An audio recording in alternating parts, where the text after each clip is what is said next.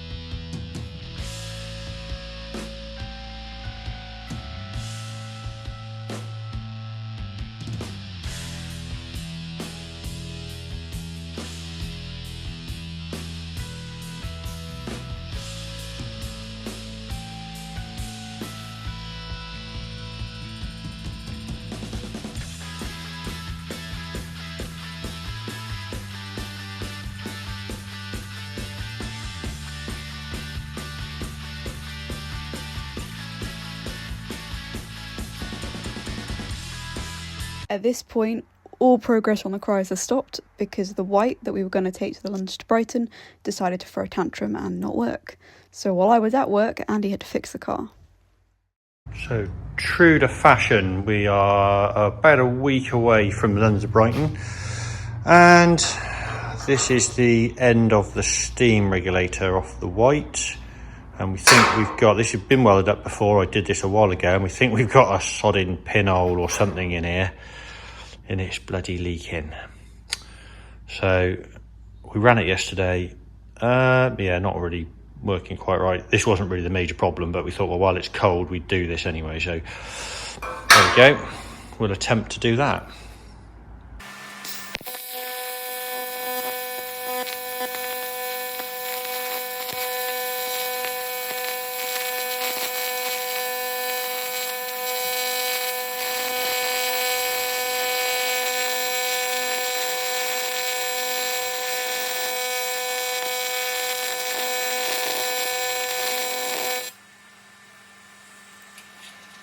Right, trying to find, we got a water leak and it's Tuesday before we go to Brighton on Friday. Sunday's the run, and anyway.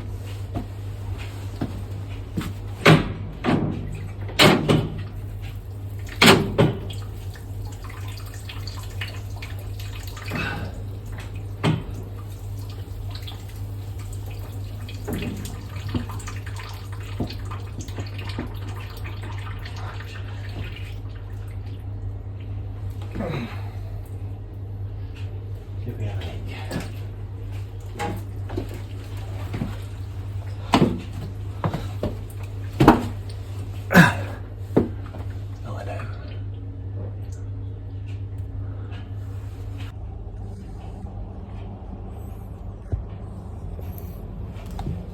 Right, test number 2. So we've definitely got something showering from under there, and I cannot see where it's coming from. We've definitely got a leak on here. That is easy to deal with. This is a bit of a nightmare. As I'm here on my Jack Jones, it's not very easy to pump the water and see where it's coming from. There's lots of scaliness around here.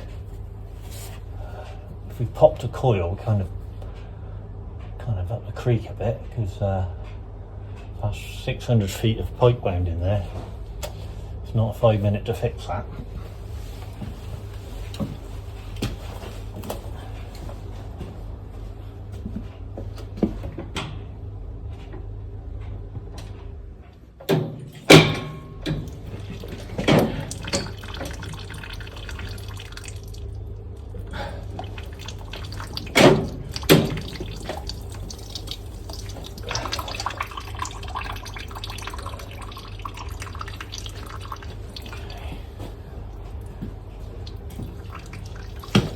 Give us enough of a go, have a look. Oh, hello. Oh. Ah, that's interesting. Could it just be a pinhole in there? Oh.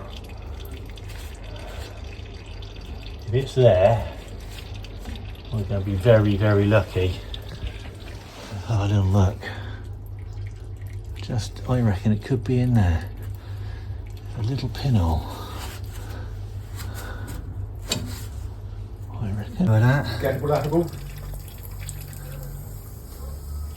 Yeah, and then I think we got something on. Is that out the pressure? Hey. Give it another squirt. Yeah. Okay. Yeah. Right, here we go. Wednesday night. I like to say we're making a little bit of progress. So this thing is the water regulator, which controls the water or when the pump bypasses and doesn't bypass. And we think this is actually the root cause of all our issues.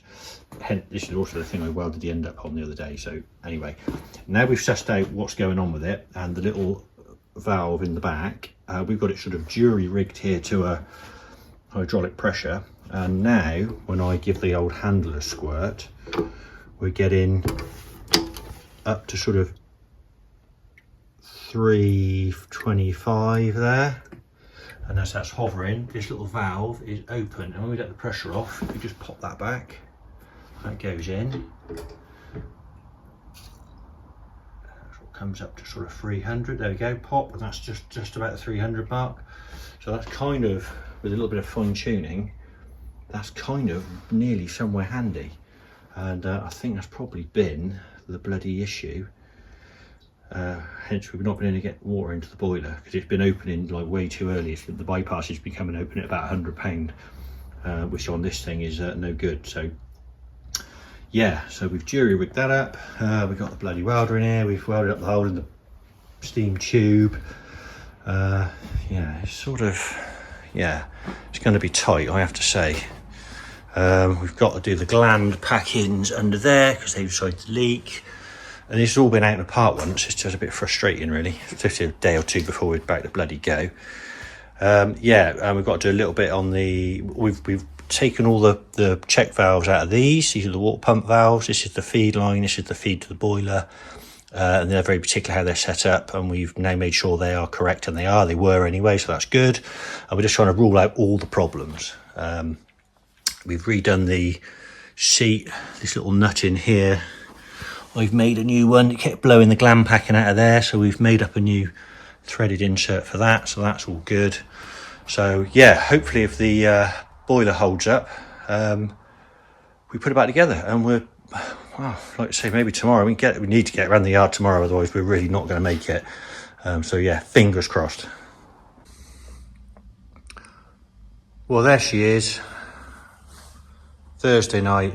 I think, fingers crossed, we have got it somewhere handy. Just got to do a few little fine tweaks tomorrow morning. We're going to load it on the trailer. It's coming up to London Sunday morning on a trailer with a friend of ours, and yeah, we just got to see what happens now, really. So yeah, there she is. That's the white 1903. Booked in for, yeah, we're number 197. Yeah, what can I say? We've not managed to get this car to Brighton. Well, since we've had it anyway. It has done successive runs fairly successfully with the previous owners, be it 20 years ago. And she's been a bit of a troublesome old lady, really, this one. Yeah, so a bit of fire adjusting to do tomorrow. We're steam tight. We seem to be fairly watertight now.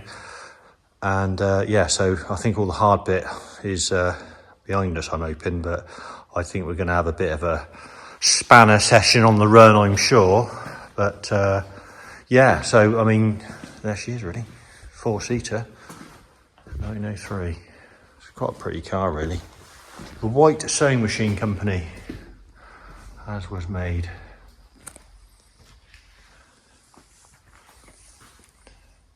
No transmission, direct drive straight off the engine, 10 horse, compound engine. And yeah, she's a powerful car. When it's running right, it runs really, really well. And then there's the steam generator. It's not a boiler, it is a steam generator. It doesn't actually hold an accumulation of water at all. There's probably no more than a couple of gallons of water in there. All held within the 600 feet of coils that are wound up in that plate. And then yeah, fuel tank underneath. Turns about 7 or 8 gallons of petrol. We run it on just a standard unleaded. The ethanol's a bit of a nightmare, doesn't like it, but here's what we got. And yeah, there is no gears.